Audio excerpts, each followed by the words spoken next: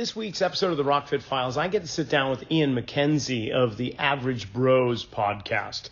And Ian's been a trainer for about 10 years, but more to the point, he wants to expose the population to all things fitness, and not just traditional, but non-traditional, and trying to find the nuggets of information that can benefit anybody that's looking to get in shape.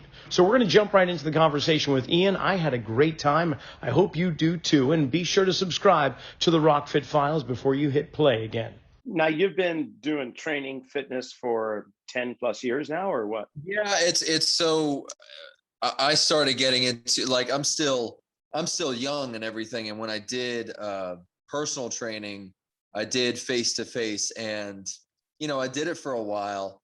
But what's funny is that I always felt like I wasn't as good as a lot of other trainers, because there were a lot of things that people were doing that I felt like I was making mistakes in, because I was promising people, I was like, I'm going to get you ripped in a month, you know, and very unrealistic things. And what's funny is that, you know, talking to people through interviews nowadays and kind of learning about how really good, solid trainers do it, they're very honest and they communicate everything with a client. And I mean, that's what you do. You know, you're very good at it, obviously. And so what ended up happening was that after my little stint in training, and I was doing things like freelance training at Planet Fitness, because they have a nice little loophole. You don't have to pay them anything, so you can go in there and train at your leisure.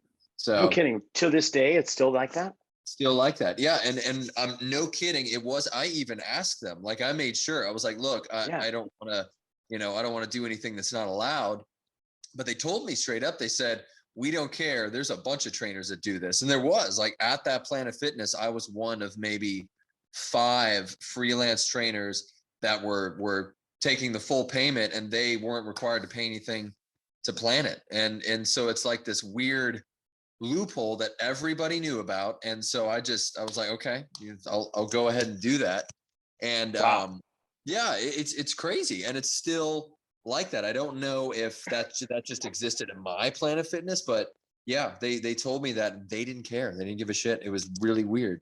Yeah, but anyway, after that, I kind of decided, I was like, well, I like the media side of things. And unfortunately, it's whenever you're on Instagram or Facebook, and especially Instagram, and you've seen it, it's the formula is never different for people in like their mid-20s trying to be an online personal trainer. It's usually the same thing. You know, you post pictures of yourself, you talk about yourself, you talk about your journey, and you try to relate to people. And what's funny is that it's never inspiring. It's never, I don't look at anybody and go, man, I really want to look like you. You look amazing. Oh my gosh. You know, unless they have an amazing story and they really is something special. But for the most part, it's a lot of the same taglines, a lot of the same promises. So I just knew that I couldn't expect to do the same thing and get where they had gotten on Instagram, especially since I'm kind of late to the game. You know, if you try to become popular, it's like, it's already been done. Everybody's kind of already established nowadays, and it's not impossible. It's just hard. So yeah. So, and then I established the whole Average Bros fitness media, and what ended up happening from that was the podcast was created. So I started hitting people up on Instagram and just kind of using emails, which is so funny how, like, Instagram is so easy, because it's like they have the email right there.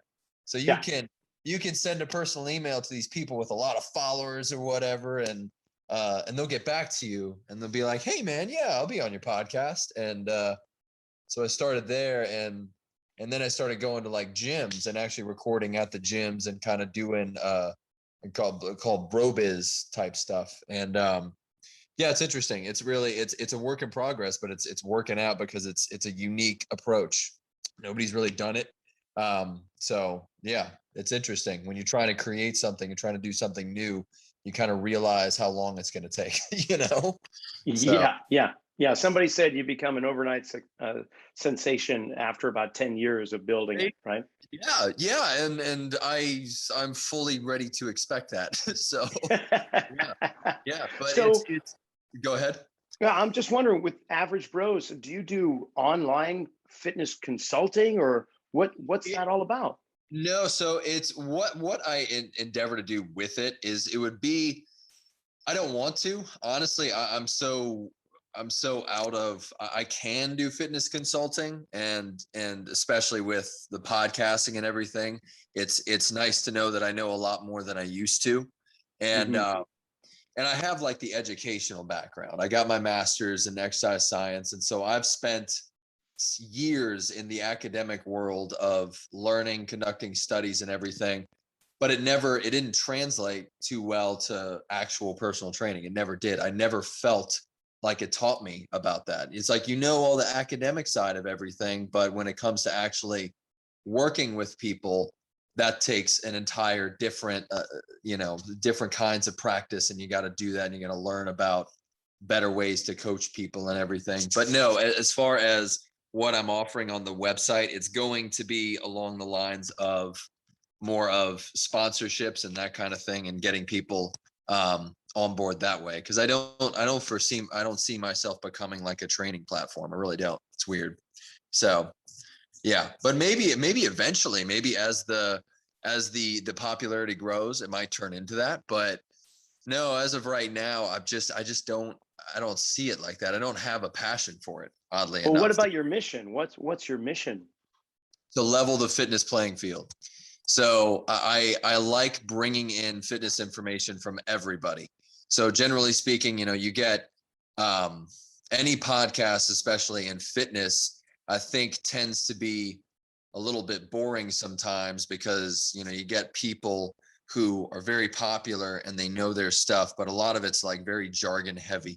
And so anybody listening to a podcast or trying to collect information about fitness is not going to readily understand that stuff. And I think you can get usable fitness intel from anybody. It could be somebody who doesn't know anything about fitness other than their own personal journey.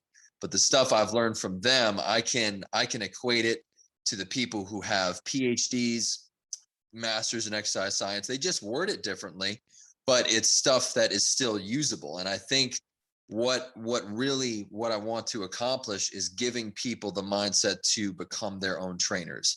So I want them to be able to create anything they want for themselves outside of stress or worry that they can't.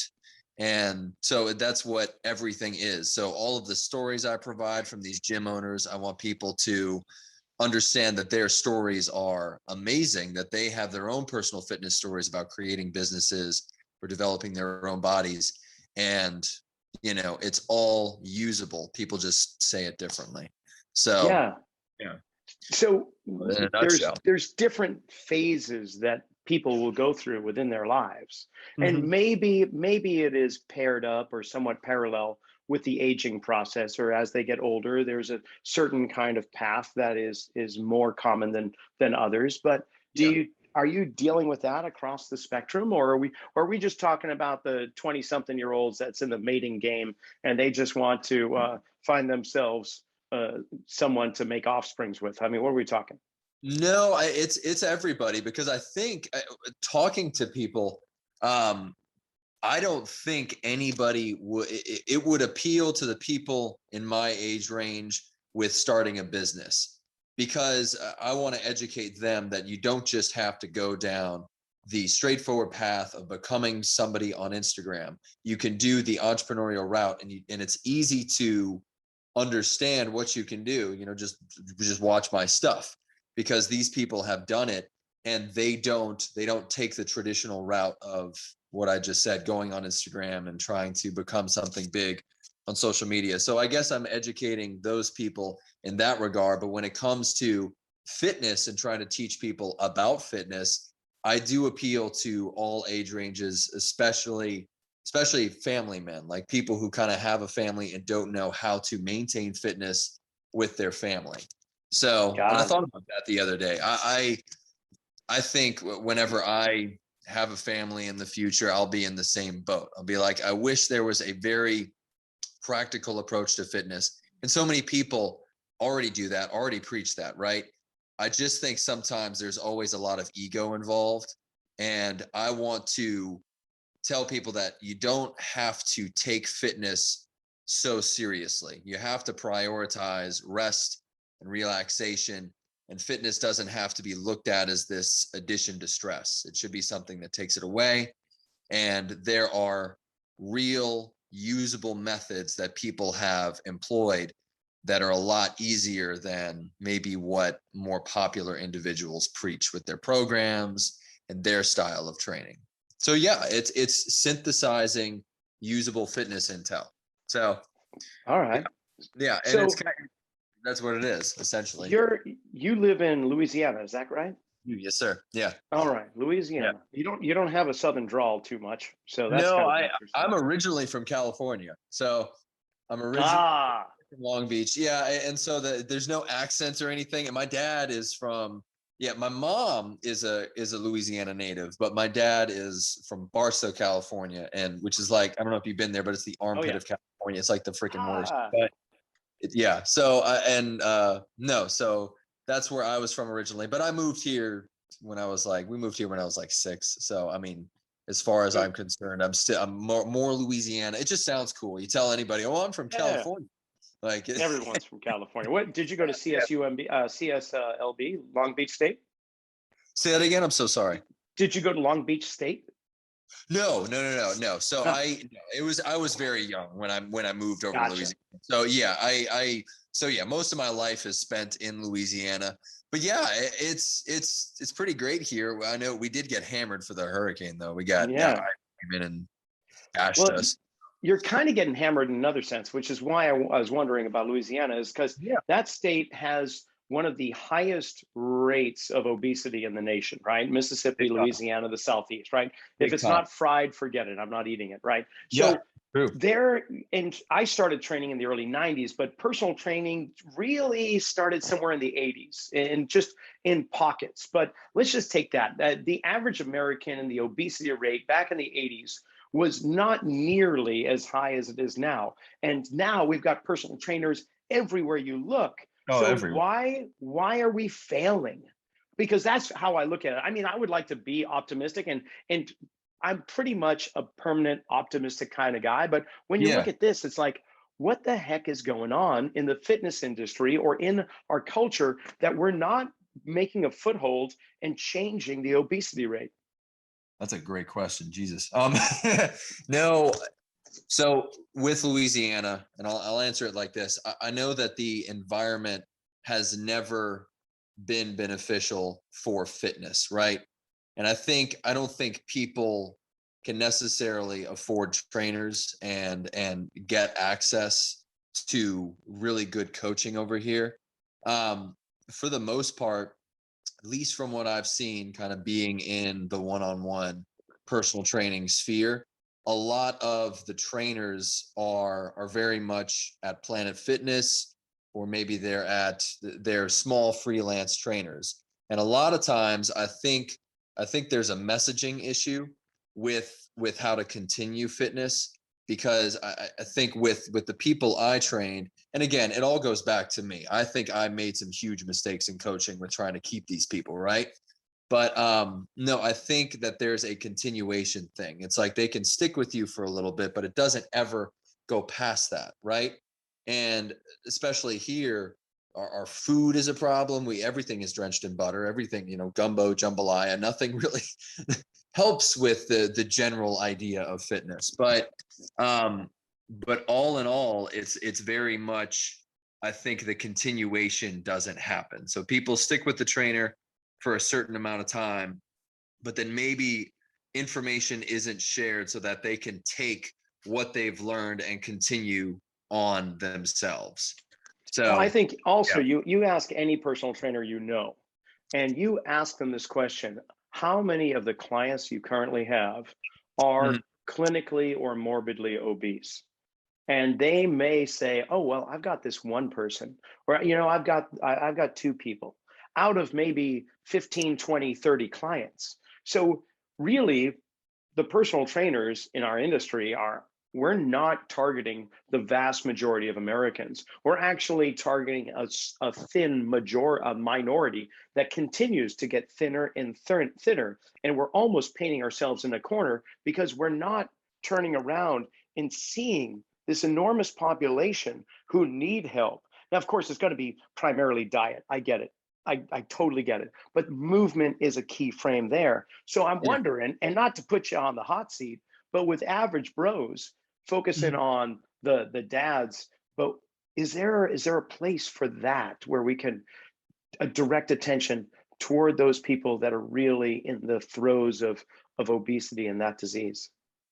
Oh no, it's for real. Yeah, I definitely think there is, and I think the approach has to be super simple. I think it can't be complicated at all. And I know you probably know more about it than I would with like starting fitness. I guess with the people I've talked to, it always comes back to starting as simply as possible. And I guess everybody, is at least, you go on Facebook, you go on social media, and people talk about starting somewhere. And I think fitness people bite off more than they can chew. So maybe educating people with starting in the simplest way possible with maybe just walking or something. Because I talked to a trainer and he adores walking. He's a big walking guy, and he's super fit, cut dude. But he still does like 45 minutes of walking every day. He adores walking.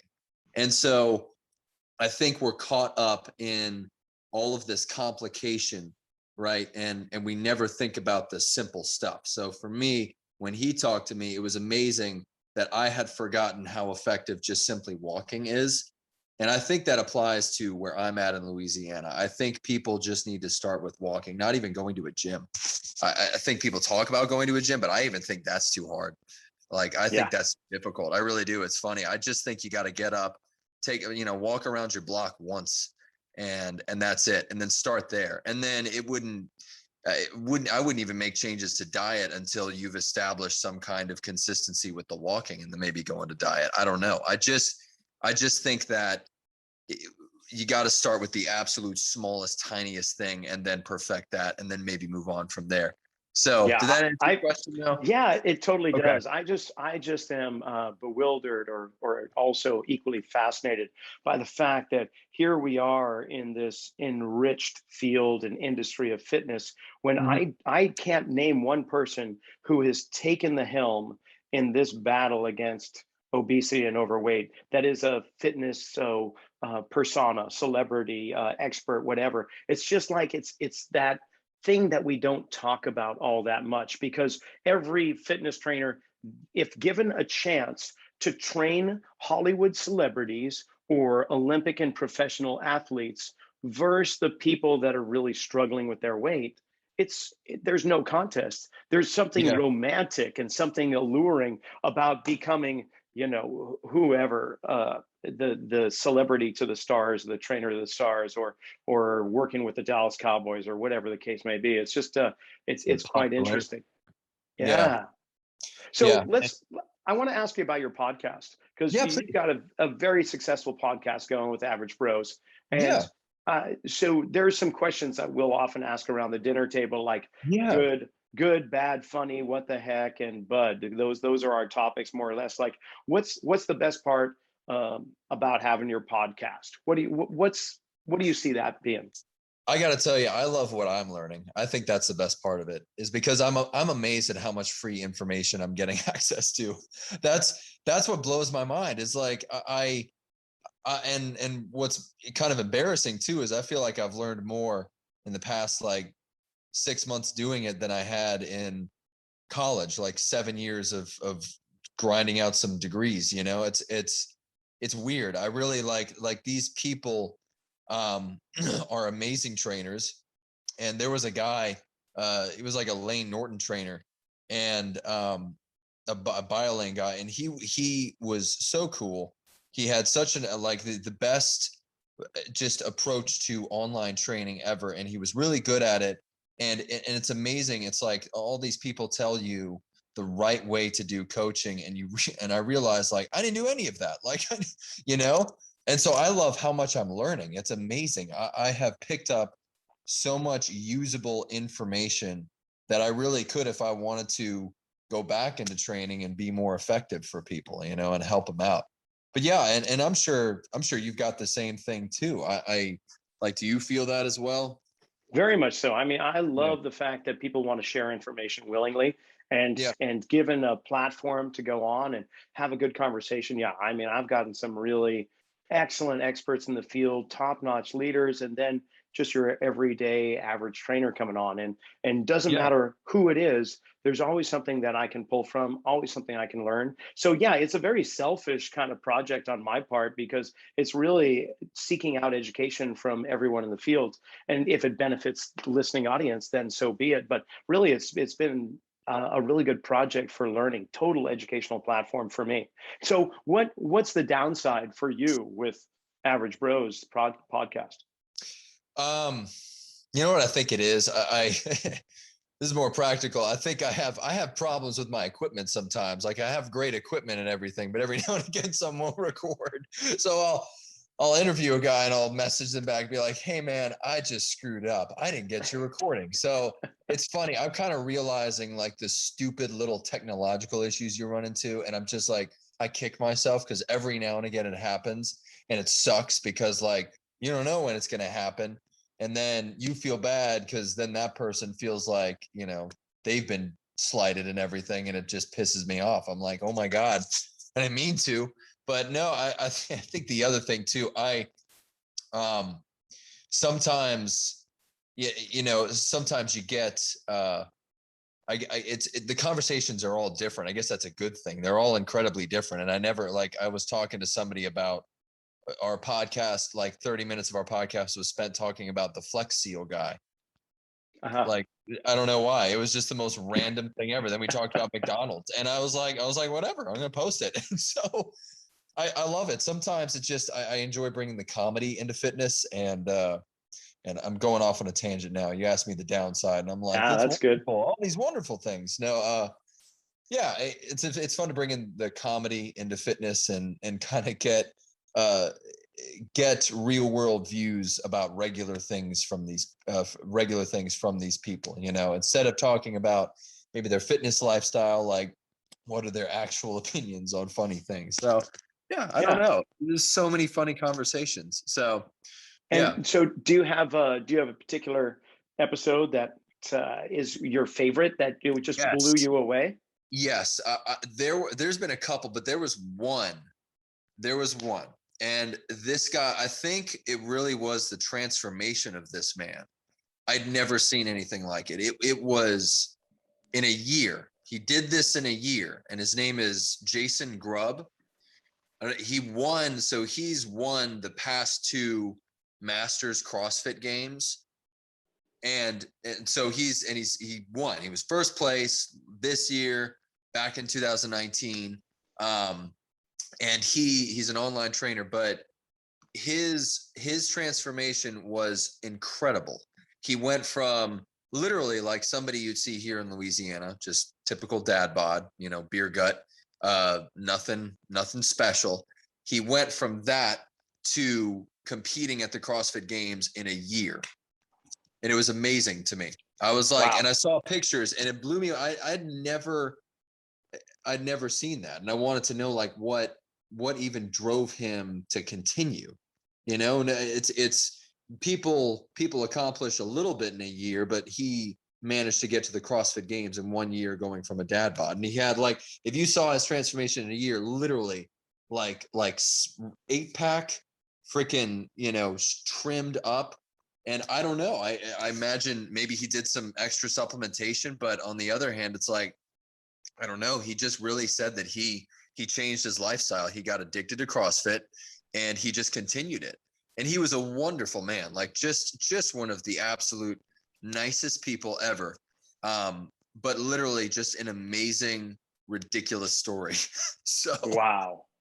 and it was cool. I just never seen that. I had never really run into a transformation that was that significant, and he had made it happen. He just went to a CrossFit gym one day and he just said he couldn't stop. So I'm like, all right, I wish more I people, love I guess, stories like could that. find that. Yeah, it was cool. And he just, and it's amazing that I think I don't know if he went to the CrossFit Games after a year, but it happened quickly. Like it didn't take long for him to get to the games and then win 2 times in a row. And I was like, Jesus, okay, that's incredible. So yeah, but no, That's great. and there's been a few, but yeah, it was definitely one of.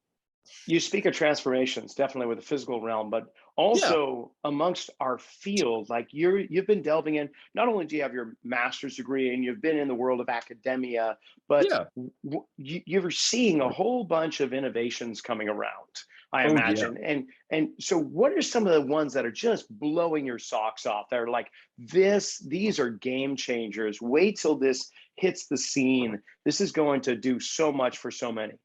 That's a great question because I have a lot of answers to that one. No, so recently the last gym I went to was Regimen Fitness, and I don't know, they've got a few locations here in Louisiana, and it's a franchise. They've got some, like maybe 15 different franchise locations around, but they have another business that's connected to Regimen, and it's called the Covery.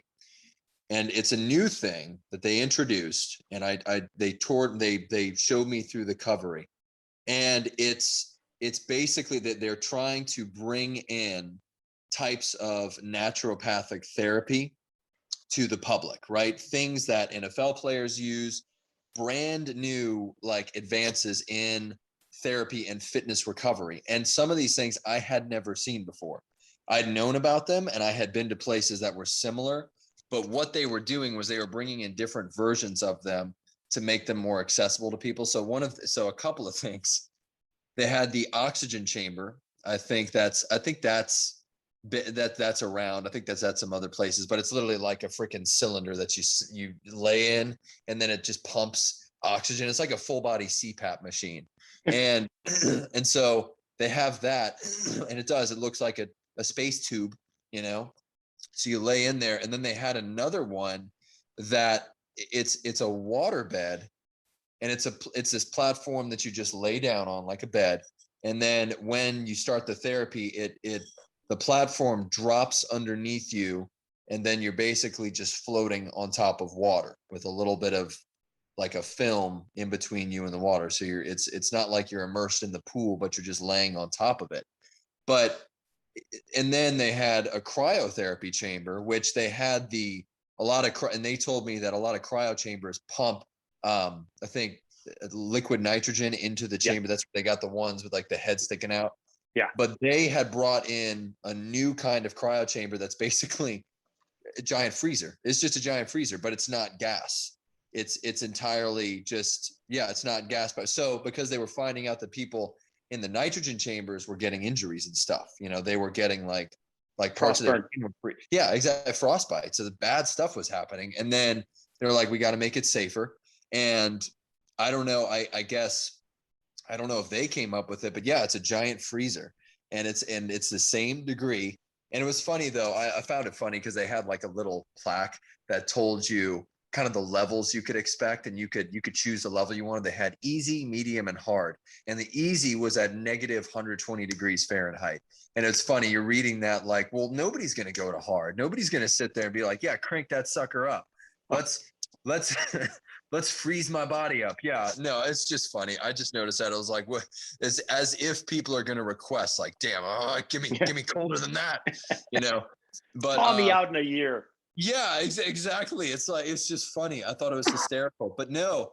And then they have IV therapy too, which is kind of strange, but people, they'll go there to get hooked up to IVs, which looks weird too. When I walked in there and I saw these like row of people hooked up to IVs, it was a little creepy. You're like, I don't know about that, So, but no, it's really weird. I think recovery is becoming a big thing nowadays, and I'm sure it's snake oil. I'm sure there's a lot of it that's just kind of, it depends on marketing, and it lofty just sounds claims. Cool. Yeah, lofty claims, and that's what was in the back of my head. I was like, I can't imagine that some of these things really do work. It's just that placebo effect, that you tell them, right. They look, no, it'll do this for you. But yeah, that's what I saw. I had never seen the full body oxygen chamber, and then I'd never seen the water bed. Yeah, it's crazy stuff. And then they had like a light therapy thing, which is totally stupid, but it looked cool. So yeah, no, that's what I've been seeing nowadays. I think things are going into this crazy scientific world of recovery. That's really what I'm seeing, you know? It's crazy. Yeah. What about you? Well, we had a cryotherapy chamber nearby, and I took the team over there a few years back and tried it out. Yeah. And they make you wear gloves and socks so that you don't get frostbite. And Yeah. it was an interesting experience. You come out, and of course, you're feeling very warm when you get out of that chamber because you've been in a very cold environment. You start walking around, and things feel a little bit better. But then you get to think about, okay, well, how is that working? Well, the nervous system, if I have these threat response or receptors, pain receptors, they travel really slow to the brain. And what travels faster is like mechanoreceptor information, signals from how your body moves. Like when you Yes, burn sir. your hands, what's the first thing you do? You go and you put it under cold water. So the thermoreceptors travel up and they beat the pain receptors to your brain. There's only so much space that the pain receptors or the receptor sites in your brain can handle. So if the thermoreceptors send signals up there, it will not allow the pain signals to get up quite as Mm. much. And then you might just shake your hand. So now the mechanoreceptors are firing, sending more information to the brain to beat the pain receptors. And you may even suck on your finger, like if you hit yourself with a hammer. And so now you Yeah. got your baroreceptors that relay pressure information to your brain. So I think the cryotherapy, I don't know. I'm going to have to see more research, longitudinal studies to see the efficacy of it. But I think what it does is it just buffers the ability for pain signals to get to the brain, and that's why everybody feels so good about it. I mean, who in their right mind would say, honey, when we retire, we're going to Greenland? And no, right? Everybody says, hey, Palm Springs, Palm Desert, Hawaii, Mexico, Yeah. Costa Rica. We're going to go where it's warm and moist Probably. and where my joints feel good. Arizona, whatever. I mean, how many Yeah. golf courses are in Arizona compared to northern Canada, right? So For when it comes real. to that, I don't know about. Now the light therapy, that's kind of interesting because now we're dealing with receptors through the eyes, and your visual stimuli goes to 70% of the brain. And therefore, if you have certain frequencies, certain lights, certain patterns or positions, we may see that stimulates different areas of the brain that may have inhibitions that may start to stimulate other areas that are responsible for within the body, within organ function, or something like that. So there's Really? something to light therapy that I would say, okay, it sounds like smoke and mirrors and voodoo, but understanding motor neurology, we may have more there. Now the waterbed, that's kind of almost like deprivation tanks where they put in hundreds of pounds of salt crystals and dissolve it into water, and you're floating Exactly. there Yeah. in the dark with, I mean, if you want to trip out without hallucinogens, that's a great way to go. So maybe it will reduce stress. I don't know. It's Yeah. fascinating though how many things are coming up, like in whether it's the world of recovery or athletic performance, like Hoop and all these smart devices. We've got velocity-based training now, which has taken a big forefront to athletic conditioning, where they're looking at the speed of movement and when do they peak to know when people fatigue. There's a whole bunch of stuff coming out that I love learning about. So yeah, but then you got the smoke and mirror show with, I don't know much about vibration therapy. That came out a while ago with some I lofty think claims. I think that's what it was, because when they showed it to me, it wasn't, they didn't call it light therapy. I think it was vibration therapy, Mm, because they had two chairs that were like on either side of like this weird cylindrical thing in the middle. And it had a uh-huh. bunch of like fluorescent tubes in it. And then when they turned it on, you're not meant to even look at it. You're meant to feel the vibrations. And I Ah, naturally, when yes. you hear that, you're not going to go, "Oh my gosh, that's revolutionary." You're going to be like, "Really? Like Yeah. that's what am I supposed to get out of that?" And but no, but it was strange because they I don't know what it's composed of, but the guy took like a fluorescent light that wasn't attached to anything, and when he put it near the thing, it started lighting up. So hell if I know. It's some kind of frequency is radiating, but again, you're right. That Yeah. one definitely sounded a little too far-fetched. I need Yeah. to see more about it. If So you're going to tell me the entire universe has a harmonic resonance of a certain yeah, vibration, and that by putting that vibration near my body, it's going to somehow help me out, I really need to see some research backing that up, some double blind, unbiased studies that really show it. Don't just throw that at me and throw some big words and give me something that maybe from a placebo effect, I'm going to feel great with. And, yeah. I definitely need to see science behind it. So, Exactly. And that's what it was. It was so funny. And they made it all space agey looking, and the tube looked cool. And I was like, oh, there's something going on here. But yeah, it was so funny. It was crazy. Those two chairs. And you can imagine people like laying back and closing their eyes and like trying to feel it, or whatever. So people who really kind of like that stuff. So all right, yeah. I got another one out here in left Yeah, yeah, field, yeah. but it's the fact that as a population, as a world for that matter, we are becoming more technologically advanced. And with technology typically comes a lowering, a reduction of physical movement, like purposeful Yeah. physical movement. You hear about like farm strength versus gym strength. The people that are out there working in the fields and doing farm work are, on the most part, functionally, structurally much more stronger and stable than those people that are just going to the gym and hammering out the workouts. Yes, So, sir. so what I'm wondering is that the the workouts that we continually see coming across the field of our vision are on this upward trend of intensity. Would you agree with Mhm. that? Yeah, I do actually. I definitely think that is. And it's on an upward trend of intensity. But whenever you go and you look up new plans and everything, because every week or so, it's just all the time, there's a new article put out about the new muscle building plan or like the new information about muscle building. And I think not only is the intensity increasing, but I think plans are trying to implement of more variation, right? Like as you go through the plan, there's always a change of repetitions, change of weights. So it's this constant changing volume. And that's the Okay. one that I saw right now is that they're trying. I think it's appealing more to like advanced lifters who have passed that the newbie gain stimulus, and they're trying to find ways to progress, even though it's going to be slower.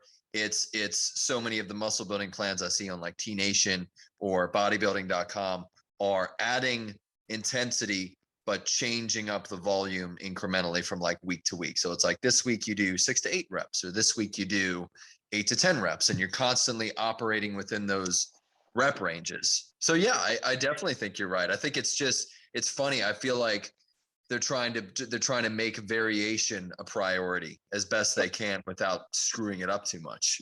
Okay. And then Yeah. so if the increase of intensity and variation is on the rise, but Yeah. the functional level or functional ability level of the individuals are decreasing with each passing year or day because of technology's advancements and the lack of to need to actually move the body. We're getting people that are structurally worse off or weaker, and we're putting them into these programs that are ever increasing. Do you see a problem with that? I do actually. And what's funny is that I think I think one of the things that ends up happening, and I've talked to physical therapists, and they educated me on some interesting things, is that with therapy, they run into the problem where they don't necessarily teach transferability. And I think a lot of maybe what happens with people is they feel pain, or they feel, they don't train the pain. They don't, do things that are transferable in the gym. So with like physical therapists, they were saying that, they try their best to apply movements that are classic exercises in the gym. So they try to make people do squats, and they try to make people do the standard stuff, right? So I think the functional aspect needs to be trained in a way very simple, like just transferable exercises. You don't have to load it or anything, just doing things that are simple exercises like squats, deadlifts, and constantly trying to manipulate your weight within those exercises. So keeping things scaled, but maintaining all the simple lifts. Because you're right, maybe nowadays, you see somebody on Instagram, they're doing like a crazy weird row thing, or they're doing all these like isolated movements, and maybe it looks awesome on paper and it seems like a cool thing to do, but all in all, it's not going to help you in your daily life because it's not a transferable exercise or a transferable movement. So yeah, I went off there a little bit. I started talking about No, physical therapists for some strange reason, but yeah, no, but it's got a yeah, it's got a good place. It definitely yeah, does. yeah. And so maybe if somebody is struggling with an injury, or they stop doing these exercises because they feel pain somewhere, if they went to a therapy clinic, maybe it starts there. Maybe they have to learn that you can still do movements, you just have to scale them properly, and that way you can keep transferring, you can keep taking all the stuff you do in the gym and you can make it apply to daily life so that you are functional and in the long run.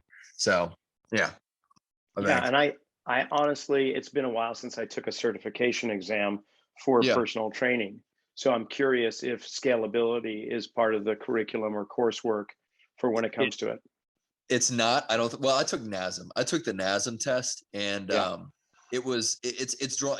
Your questions are drawn from like a pool of 500 questions. So you could go take that test, and you could get 100 questions about facility maintenance, and then if you failed and you had to go take it again, you could get 100 questions about physiotherapy. It's you could get all like biomechanics. So it's so weird how maybe tests nowadays, at least from my own experience, they don't give you a very equal spread of things, especially when you go in there, because they'll just dump a whole bunch of questions on you that maybe you didn't really think mattered. It didn't seem like it mattered, because like facility maintenance, I don't know, you kind of figure that out as you go, Yeah.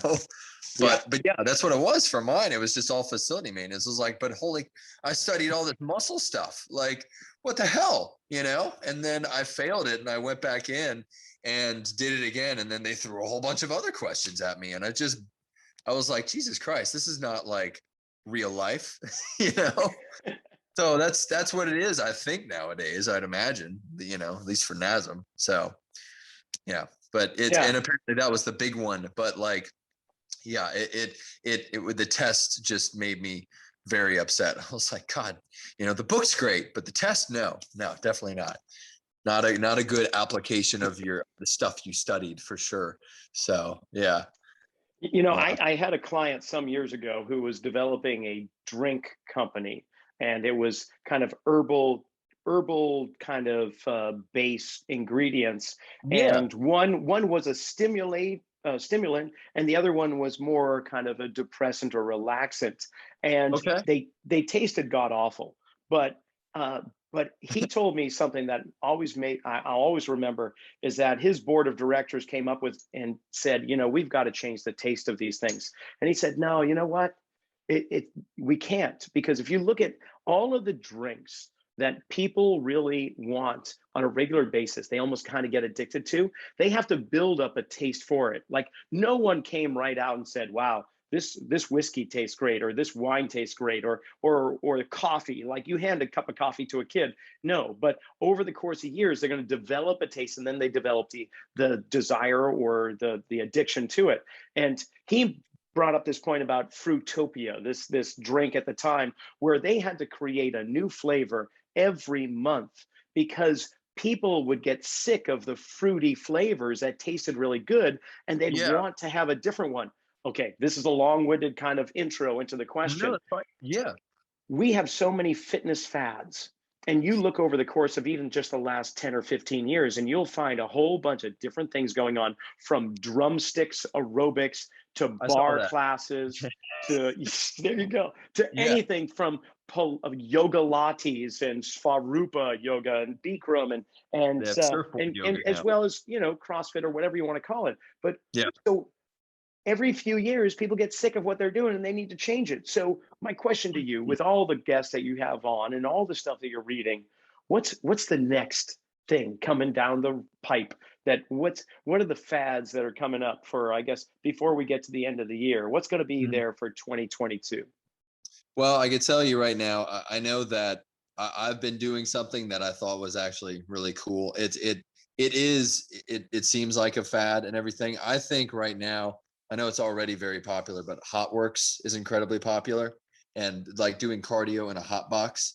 I love it, actually. That's the funny thing. You know, they'll put all of this supposed scientific research behind it and everything, but all I know is that I have my own personal benefits that I take away from it. But I think people are finding ways to make cardio more interesting. So that's what's happening right now, and I see that trend going in that direction. So yeah, so cardio in a hot box. Somebody is eventually going to come up with cardio in a cold, like a freezer. Eventually, somebody's going to come up with it, because I mean, you already got the hot box. Somebody's going to be the other marketing guy and go, you know what? We got to do it the other way. So no, like specifically, I think it is cardio in different environments, because people have like Peloton. There's Peloton. There's I forgot the name of it, and maybe Mirror? you know, it's that like workout system, that at-home workout system where you like put it up against the wall, and it's like Mirror. Yeah, that thing, like that's a cool thing. And I saw somebody, I went into somebody's house and they showed me that, and I thought it was really cool, because from like a technology perspective, it's weird because there's like a very complicated hydraulic system. Yeah, I think what I'm going to do, I love those things that you just told about what's coming down the pipe. I've got an idea that we're going to have tubes inside a swimming pool that you can put in your mouth so you can breathe the air up above the pool, but you're going to do everything underwater. You can wear a weight belt, and your entire workout is going to be completely submerged. And that's going to be the next one. So forget hot box or cold box. It's going to be the water box. Just give you a little time to do a little promo here for Average Bros, which the name hasn't been lost on me. I love Dodgeball. It's one of my favorite movies, Average Joes. There you go. Yes. But Average Bros. Yes, I know it. All right. So Average Bros and Ian MacKenzie. If the listening audience wants to know more about Average Bros and yourself, Ian, what can we do? Podcast you at the gym, and I promote them and tell people about their stories and what's out there. People that are redefining fitness currently, you know, even though they're small, they exist only in these small cities. They're doing things that people need to know about, I think, and I love their stories. So that's the Bro Biz interview, and then I'll also do my little informational stuff where I sit in front of the microphone. And I tell about this. Yeah, and I tell them all kinds of crazy stuff like fitness conspiracies and whatever. But no, so yeah, they can go on my website, and then it's YouTube videos usually once a week. So yeah, and it's all about leveling the fitness playing field and trying to create a space where people can get access to all kinds of usable fitness intel, from people who've been in the industry for a while, to fitness entrepreneurs, to people who may just be in the journey at the moment and tell me what they think about it. And then I learn from that. So it's everything. Fitness information is good no matter where it comes from. It's just worded differently. That's really it. Beautiful. So, well, yeah. Hey, thanks for being on. I really enjoy it. No, it was an absolute pleasure talking to you. So it's really and truly, this was an experience. Thank you so much. It was great. Got it. Well, that's it for another episode of the RockFit Files. I want to thank Ian MacKenzie with Average Bros coming on and sharing a little bit of his insight in the world of fitness. Remember, subscribe to this channel, and we'll see you next week.